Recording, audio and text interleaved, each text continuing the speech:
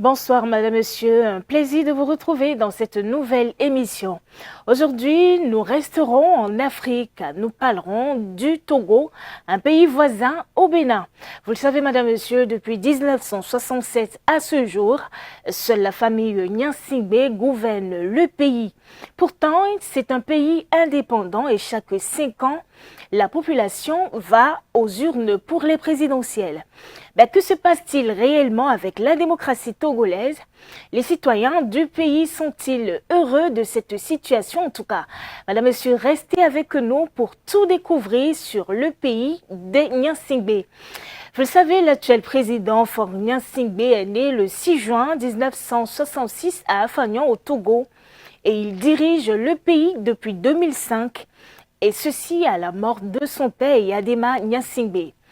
Et selon l'histoire, c'est en 1963, après un coup d'État contre le gouvernement du premier président et père de l'indépendance du pays, Sylvanus Olympio, et de son assassinat que Eyadema est devenu homme fort du pays. Et il a bénéficié de l'aide du président français d'alors, Jacques Chirac. Et les poutistes et les commanditaires du coup d'État ont d'abord nommé Nicolas Grunitzky à la tête du pays. Et en 1967, Eyadema l'écarta et devient officiellement président de la République togolaise. Eyadema aurait participé grandement à l'assassinat. Et les médias racontent, Madame, Monsieur, que son règne était à l'image de son accession au pouvoir. Un régime de terreur marqué par la violence, les menaces à l'encontre des opposants, les tortures, les enlèvements et les disparitions forcées. Il était tout simplement dictateur. Et même s'il est vrai qu'aujourd'hui, l'assassinat des opposants se fait rare dans le pays, il n'en demeure pas moins vrai que l'opposition est terrifiée pour différentes raisons, que nous ignorons certainement. Du 7 au 25 février 2005, après le décès du président Eyadema Nyansingbe, son fils assuma l'intérim. Et 4 fois de suite, il est réélu démocratiquement et à la majorité. La première élection, le 24 avril 2005, un des principaux opposants, Gilles-Chris Olympio, n'est pas autorisé à se présenter en raison de son exil en France. Et la constitution togolaise prévoyait en effet qu'un candidat à l'élection présidentielle doit vivre sur le sol togolais l'année précédant l'élection. Et cette règle empêcherait également Kofi Yanyan, ancien ministre français possédant la double nationalité, de se présenter malgré son ardent désir d'être président de la République togolaise. Et 4 candidats sont autorisés à se présenter. Faure Nyansingbe, bien évidemment, soutenu par le parti de son père, le RPT, Rassemblement du peuple togolais. Emmanuel Bob Akitani, candidat de la coalition de l'opposition radicale, soutenu par Gilles-Chris Olympio. Harry Olympio, candidat du Rassemblement pour le soutien à la démocratie et au développement. Nicolas Lawson, homme d'affaires. Et le 22 avril 2005, 2 jours avant le scrutin, François Bokor, ministre de l'Intérieur du gouvernement intérimaire, considéré comme proche de Faure Nyansingbe Eyadema, demande le report du scrutin. Et il dénonce notamment dans une conférence de presse un processus électoral suicidaire en soulignant les risques de violence, des manquements graves dans la préparation de ce scrutin et un regain de discours tribal, régionaliste et xénophobe. Aussitôt que prononcé, il est limogé et se réfugie à l'ambassade d'Allemagne. Et les contestations surgissent dès le processus de découpage électoral. Les cartes d'électeurs sont délivrées en priorité dans les régions favorables au pouvoir en place, alors que dans les bastions de l'opposition, les électeurs peinaient à recevoir le document officiel. Et Madame, Monsieur, le 24 avril, jour du scrutin, de nombreux incidents ont eu lieu pendant le déroulement du vote. Au moment du dépouillement, des violences éclatent à la suite de mouvements de foule dénonçant des vols d'urnes par l'armée et divers autres incidents de ce type. Plusieurs dizaines de morts et des blessés sont enregistrés. Et au lendemain de ces présidentielles, les membres de l'ONU ont mené l'enquête durant 10 jours au mois de juin. Et selon leur rapport, un degré jamais enregistré de violence a régné sur le pays. Et ce sont principalement les autorités qui en ont été la cause. Après donc la proclamation de la victoire de Fort Gnassingbé le 26 avril, les forces de l'ordre, en coordination avec des militants du parti au pouvoir, le Rassemblement du peuple togolais, ont alors déclenché des actions de riposte d'une grande violence, une grande violence envers la réaction virulente de plusieurs adversaires du pouvoir en place. Et toujours selon le dit rapport, des commandos de l'armée avec des véhicules préparés à cet effet, chargés d'écraser des manifestants et des militants, puis de ramasser et de faire disparaître systématiquement des cadavres.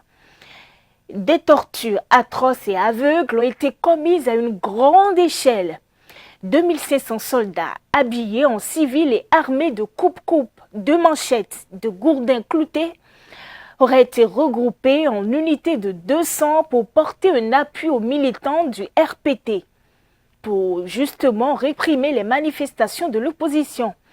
Et à l'issue de leurs exactions, des militaires auraient reçu 20 000 francs chacun, selon les traditions locales, procéder à des cérémonies de purification, afin d'éviter d'être poursuivis par les esprits de leurs victimes. Mais l'opposition n'est pas en reste. À Takpamé, par exemple, dans le centre du pays, le président d'un bureau de vote aurait été brûlé vif dans sa voiture avec les urnes.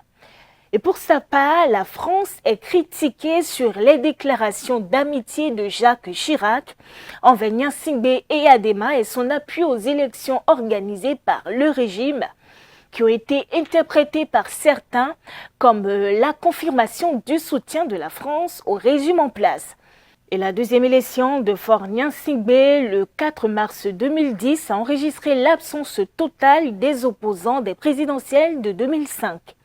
Et de nouvelles figures devront affronter Fort Gnassingbé.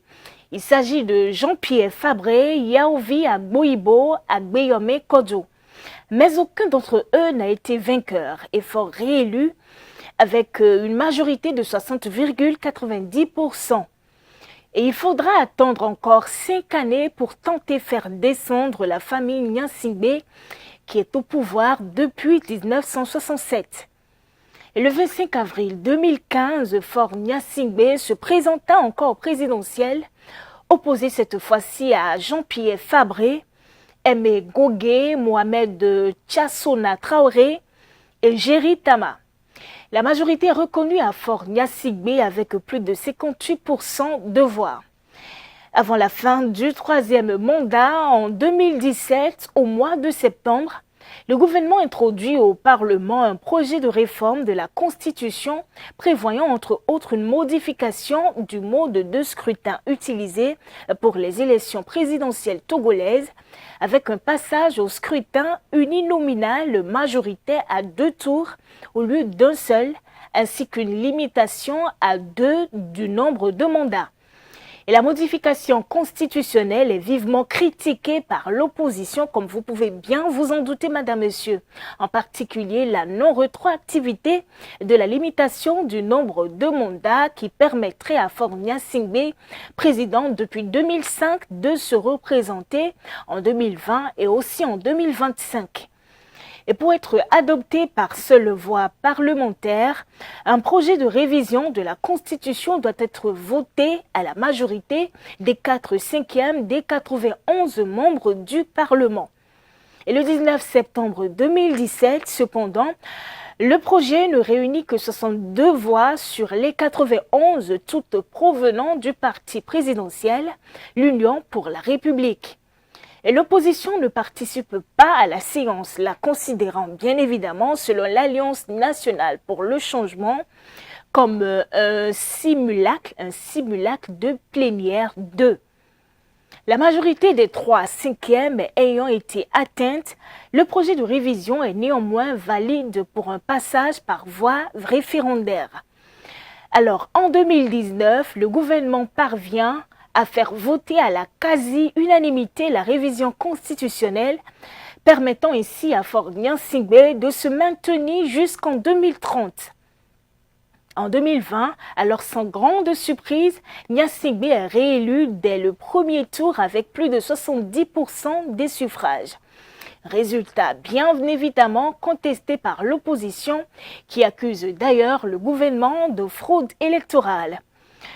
En septembre 2022, des manifestants de la diaspora ont déploré que le père du chef de l'État, Gnassingbé Eyadema, ait dirigé le Togo pendant 42 ans alors que son fils Faure était au pouvoir depuis 2005. Ils ont accusé la famille Gnassingbé de faire de la présidence togolaise un héritage familial. Cela prouve que les Togolais, sinon la majorité des Togolais, n'est pas d'accord, sinon n'est pas heureux de cette situation qui prévaut dans le pays. Et la prochaine élection présidentielle au Togo, vous le savez, est en 2025. Et l'actuel président Faure Gnassingbé a encore la possibilité de se représenter et d'être élu à nouveau président de la République. Madame, Monsieur, écrivez-nous directement sur notre page Facebook et abonnez-vous à tous nos canaux digitaux Facebook et YouTube. Merci d'avoir suivi ce numéro de votre émission et à la prochaine.